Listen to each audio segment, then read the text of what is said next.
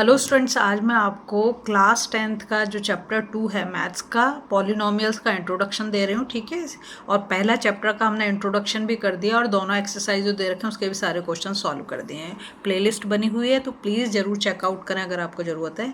सबसे पहले तो समझो तुम पॉलिनोमियल्स का मतलब क्या है। जैसे पॉलिनोमियल्स का अगर हम बात करें तो पॉली का मतलब मैनी होता है और नोमियल्स का मतलब टर्म, जिसमें कई टर्म हो, ये हम बोल सकते हैं। ठीक है, तो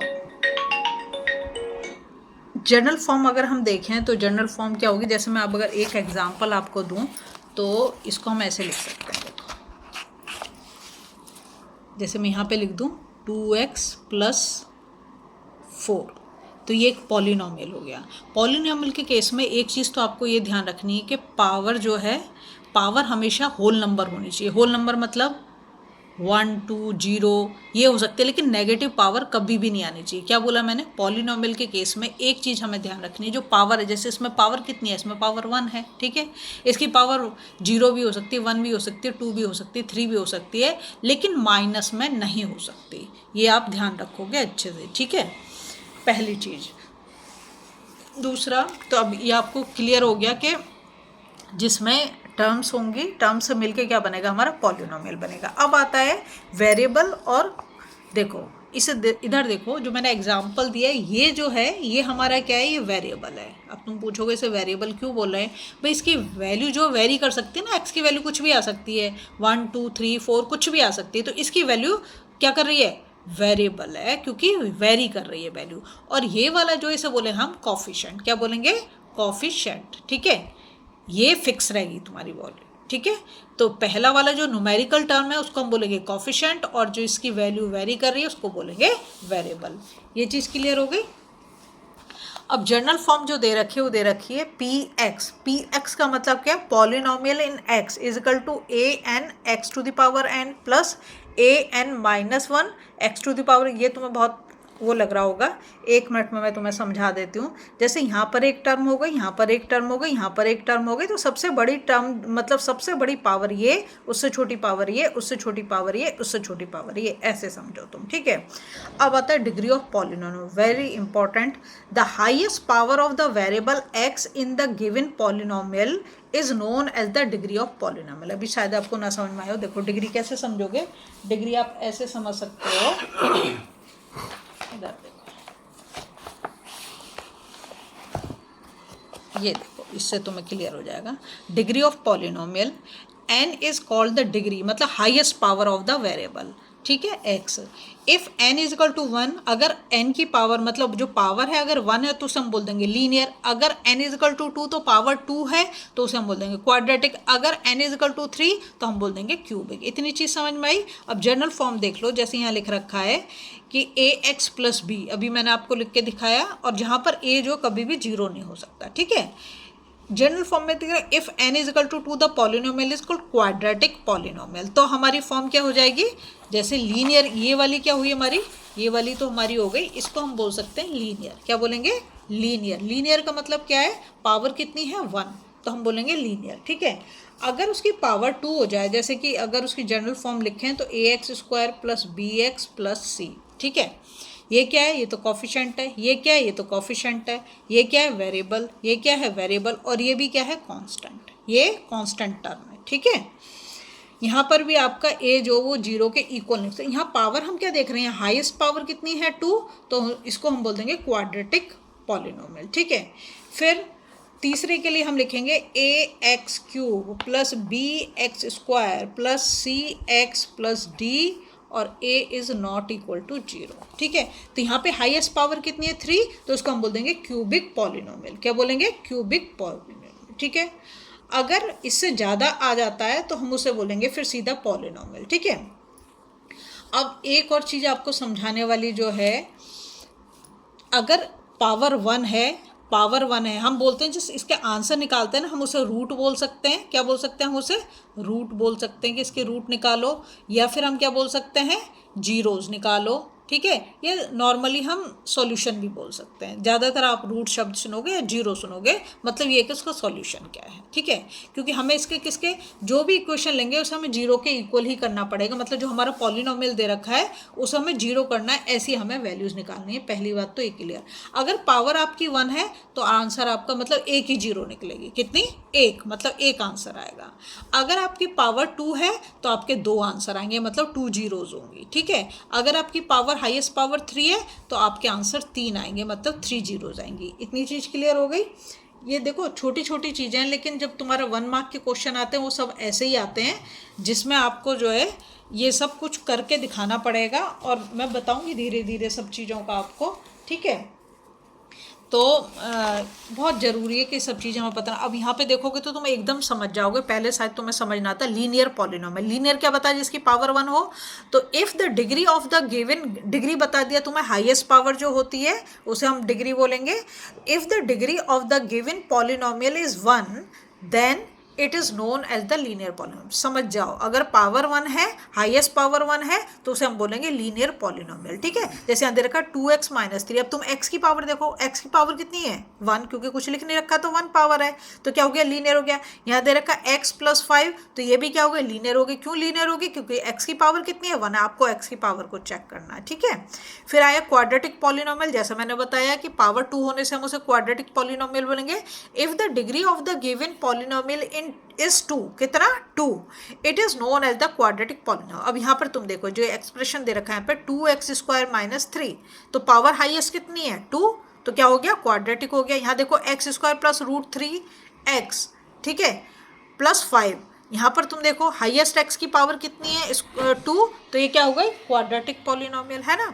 फिर यहाँ पर देखो y/5 + y² - √5। अब y की पावर हाईएस्ट कितनी है? 2, तो क्या हो गया? Quadratic polynomial. इतनी चीज़ क्लियर। और भी बहुत सारे ऐसे हो सकते हैं। अब आया क्यूबिक पॉलिनोमियल। तो क्यूबिक, देखो क्यूबिक पॉलिनोमियल में क्या है, इसमें पावर तुम्हें जैसे मैंने बता दी, हाईएस्ट पावर कितनी होगी? 3, और इसकी जो जीरोज या बोलो रूट्स बोलो कितने आएंगे? 3। अब देखो कैसे, if the degree of the given polynomial is 3 then it is known as cubic polynomial. यहाँ देखो, यहाँ जो एक्सप्रेशन दे रखा है क्या? 2 - x³, ठीक है। दूसरा वाला दे रखा है x³। सिर्फ सिंगल टर्म होने से भी हम उसे बोल सकते हैं, सिर्फ पावर हमें x की कितनी चाहिए? 3। यहाँ देखो 3 - x² + x³। अब यहाँ पर देखो तो x² x³, तो सबसे बड़ी पावर क्या है? 3 है, तो इसलिए इसकी क्यूबिक हो गया। 3x³ - 2x² + x - x। समझ में आ गई बात? हमें क्या देखना है? अगर x की पावर मैक्सिमम पावर 3 है तो क्यूबिक पॉलिनोमियल हो गया। द वैल्यू ऑफ, इसे बोलेंगे पॉलिनोमियल इन x, ठीक है, एट x = k। x की वैल्यू क्या बोल रहा है? k।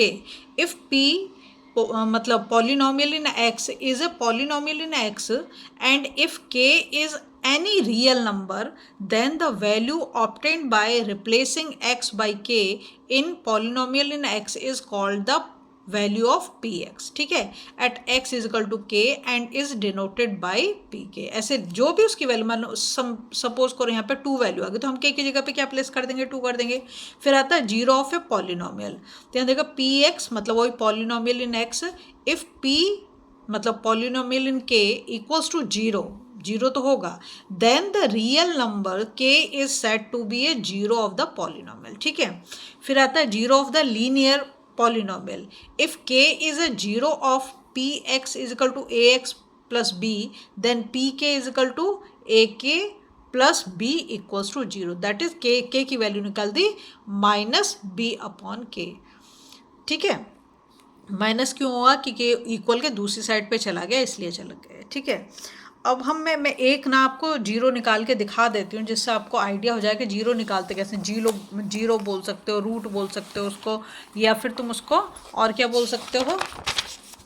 ये जैसे एक क्वेश्चन दे रखा है, find the zero of the polynomial. Polynomial हमें क्या दे रखा है? क्या हो गया? क्वाड्रेटिक हो गया, क्योंकि पावर 2 है, 2x² - 3x - 5, तो हमारा क्वाड्रेटिक पॉलिनोमियल। अब कैसे निकालेंगे? देखो, हम लिखेंगे polynomial in x = 2x² - 3x - 5 = 0, जो यहाँ पे लिख रखा वही। हमें क्या करना है? ये लास्ट और ये फर्स्ट, इन दोनों को हमें क्या करना, मल्टीप्लाई करना है। यहाँ नंबर को यहाँ मैं रफ में कर देती हूँ। तो मैंने करा, मतलब वैसे करना तो हमें 5 × 2x² को मल्टीप्लाई है, तो हमारा क्या आ जाएगा, ये माइनस का है तो -10x²। अभी नंबर पे ध्यान दो, -10x² होगा। अब हमें 10 के ऐसे फैक्टर करने हैं कि हम प्लस या माइनस करके हम इस 3 को निकाल दें। तो मैं अगर 2 से इसको प्राइम फैक्टराइज, 2 5 जा 10 और 5 1 जा 5 और 5 1 जा 5, तो अब हमारा क्या, हमें तो 3x चाहिए ना, कि हम प्लस माइनस करें तो 3x आ जाए और जब हम मल्टीप्लाई करें तो 10x² आ जाए। तो देखो, अगर मैं 2 × 5 कर दूँ, 2 तो हमारा पॉजिटिव है और 5 हमारा कैसा नेगेटिव है ना, और तो हमारा क्या आ जाएगा, ये आ जाएगा -10। आ गया नंबर, -10 तो आ गया। दूसरा मैं कह रही हूँ प्लस माइनस करने से हमारा ये आ जाए, तो 5 और 2 है ना, अगर मैं +2 -5 करूँ तो प्लस माइनस माइनस तो -3 आ जाएगा, -3x ही तो हमें चाहिए ना। ठीक है, ऐसे करके आप निकाल लोगे तो अब हमारा क्या हो जाएगा, ये हो जाएगा 2x²। पहले वाले को सेम लिखेंगे जैसा है, लास्ट वाले को भी सेम लिखेंगे। इसे बोलते हैं मिडिल टर्म स्प्लिट। ये तुमने 9th क्लास में भी करे हैं क्वेश्चंस। ठीक है, अब मिडिल टर्म को स्प्लिट करेंगे तो एक जो हमारा आया फैक्टर, वो तो क्या आ गया, 2x + 2x। दूसरा वाला क्या आ गया, -5x, है ना। फिर ये -5, ये बहुत ज़्यादा दूर हो गया, इसको ये हम पास में लिख देते हैं। ठीक है, तो इस वाले को तो ये आ गया हमारा और ये आ गया। अब हम क्या करेंगे, इन दोनों टर्म में से क्या कॉमन आ सकता है, 2x कॉमन आ सकता है। तो मैंने 2x को कॉमन ले लिया, तो यहाँ पे क्या बच गया हमारा x, और ये हो गया +1 क्योंकि ये तो बाहर आ चुका है। यहाँ से हम -5 को कॉमन कर देंगे तो यहाँ पे हो गया x माइनस माइनस +1 हो गया। ठीक है, ये दोनों सेम आने चाहिए, ये दोनों सेम आ रहे हैं, मतलब आप सही कर रहे हो। तो एक तो आ गया तुम्हारा 2x -5 और दूसरा आ गया आपका x +1। देखो यहाँ पर x +1 है, यहाँ पर x +1 है, तो एक तो हो गया x +1 और ये 2x और -5। अभी हमारी जीरो निकालनी बाकी है, तो हम क्या करेंगे, जीरो निकालने के लिए ऐसे लिखेंगे 2x - 5 = 0। ठीक है, फिर क्या करेंगे, 2x = 5। जब हम इक्वल के दूसरी साइड ले जा रहे हैं तो प्लस का हो जाएगा, तो x की वैल्यू कितनी आ गई, 5/2। दूसरा हम करेंगे x + 1 = 0 और x -1, इक्वल के उस साइड लेंगे तो माइनस का हो गया, तो सीधा सीधा। तो इसमें एक जीरो जो निकली, बोलोगे एक जीरो निकल के आए 5/2 और दूसरी जीरो आ गई -1। अगर हम ये यहाँ पर वैल्यूज लगाते हैं तो हमें जीरो मिल जाएगी। समझे आप, जीरो बोलो, रूट बोलो, सॉल्यूशन बोलो, कुछ भी बोल सकते हो। तो इसने यहाँ पूछा था find the zeros of the polynomial, तो एक जीरो तो हमारी ये निकली और दूसरी जीरो हमारी ये निकली। ठीक है, इसमें ऐसे ही क्वेश्चन आपको मिलेंगे।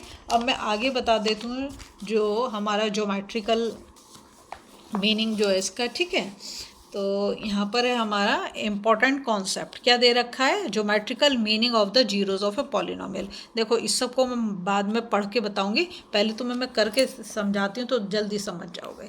देखो जहाँ ये ना, ऐसे समझो, इस पर मैं बनाती हूँ, ये हो गया तुम्हारा कार्टेशियन प्लेन। ठीक है, इस पर मैंने ऐसे बनाया एक ग्राफ। ये देखो जो x एक्सिस है, ये हमारी, ये क्या हमारी x एक्सिस है और ये वाली हमारी y एक्सिस है ना।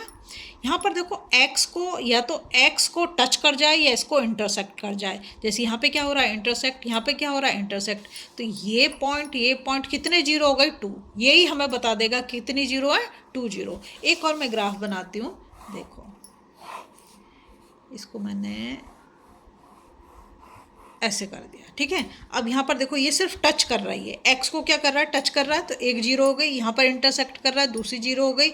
यहाँ पर ये इसको काट रहा है, तीसरी जीरो हो गई। मैं तुम्हें समझा रही हूँ कि जितनी बार वो x को टच कर दे या उसको काट दे, इंटरसेक्ट कर दे, ये जीरो हो गई, ये जीरो हो गई, ये जीरो हो गई, ये जहाँ जहाँ वो x को वो कर देगा वहाँ पर आपकी जीरो बन जाएगी। ठीक है, अगर ऐसा ग्राफ दे दे तो ऐसे, मतलब 1 मार्क में क्वेश्चन ऐसे दे दे, अब बताओ इसकी जीरो कितनी है। तो भाई ये तो x एक्सिस को टच ही नहीं कर रहा, तो जीरो क्या हो गया, जीरो ही हो गया हमारे। जीरो क्या हो गया, जीरो, क्योंकि वो टच ही नहीं कर रहा। ठीक है, और ऐसा दे दे, ऐसे दे दे और यहाँ पे बना दे, तो ये भी टच नहीं कर रहा x एक्सिस को, तो ये भी क्या हो गया, जीरो हो गया। बात समझ में आ रही है तुम्हारे। ठीक है, तो ये समझ गए तुम। जब हमें geometrical meaning of zeros of polynomial, तो आपको देखना कि एक्स एक्सिस को कितनी बार, अब जैसे यहाँ पे मैं बनाती हूँ 1 2 और ये ऐसे कर दिया मैंने, तो एक जीरो ये हो गई, एक्स एक्सिस को काट रहा है, ये भी एक्स एक्सिस 2 हो गई, ये भी काट रहा है 3 और यहाँ पर ये टच कर रहा है, तो 4 जीरो हो गई इसकी। बात समझ में आ गई तुम्हें, है ना? चलो अब मैं एक बार इसको पढ़ देती हूँ तुम्हारे लिए। तो geometrical meaning of zeros of polynomial, the linear polynomial a x plus b है, तो इसकी जनरल फॉर्म है a is not equal to zero. ये क्या है? ये हमारे लीनियर के लिए हम ऐसे लिखते हैं ना, जिसकी x की पावर 1 होती है, हैज़ एग्जैक्टली 1 जीरो। मैंने बताया अगर लीनियर है तो लीनियर में तुम्हारा एक ही आंसर आएगा, तो यहाँ पे दे दिया -b/a और ये दे दिया जीरो। ठीक है, फिर दूसरे केस में दे रखा है the zeros of a quadratic polynomial, जैसे पहले बताया a x square plus b x plus c is not equal to zero, ये हमने पहले ही बोल दिया। Are precisely the x coordinates of the point where the parabola ax square plus bx plus c representing y is equal to ax square plus bx plus c intersect the x axis। जब भी वो x axis को या तो touch कर जाए या तो उसको इंटरसेक्ट कर दे, तभी हमारी जीरो हो जाएगी। ठीक है, तो यहाँ पे दे दिया equation y is equal to ax square plus bx plus c has one of the two shapes either open upward like an open downward। ठीक है, like depending on the whether a is greater than 0 और a is less than 0। ठीक है, these curve are called the parabolas। ठीक है, तो अब इसमें तुम्हें दिख रहा है क्लियरली कितनी जीरो है, एक और दो, दो जीरो हैं। इसमें कितनी जीरो है, दो, एक और दो। देख रहे हैं, यू जैसा पैराबोला बोलते हैं, यू की शेप बना देगा। ठीक है, और इसमें कितनी जीरो है, इसमें कोई जीरो नहीं क्योंकि एक्स एक्सिस को टच ही नहीं कर रहा है। इसमें कितनी जीरो है, इसमें एक जीरो क्योंकि एक्स एक्सिस को एक ही बार टच कर रहा है। इसमें कितनी जीरो है, एक ही जीरो क्योंकि एक्स एक्सिस को एक ही बार टच कर रहा है। इसमें कितनी जीरो है, इसमें कोई जीरो नहीं है। क्यों जीरो नहीं है, क्योंकि ये तो एक्स एक्सिस को टच ही नहीं कर रहा। ठीक है, अब हम थोड़ा सा रिलेशन के बारे में पढ़ देते हैं। देखो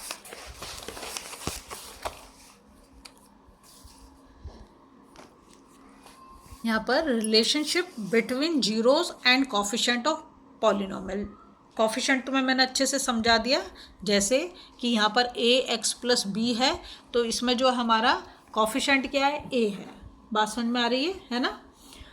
अब कहते हैं zero of a linear polynomial. Linear बोला जिसकी पावर 1 हो, तो यहाँ पे a x to the power 1 हो गया, given that x is equal to -b/a। ये क्या है, b, इसके आगे क्या लगा रखा है, माइनस, है ना, -b/a। -b, ये b जो है ये कांस्टेंट टर्म है और ये coefficient of x। Coefficient of x क्या है, a। यहाँ पर कोई नंबर नहीं है तो तुम 1 मान सकते हो। ठीक है, फिर दे रखा है if alpha and beta are zeros, जो हम जीरो बोलें या रूट बोलें। ठीक है, if alpha and beta are zeros of the quadratic polynomial a x square plus b x plus c, then the sum of zero.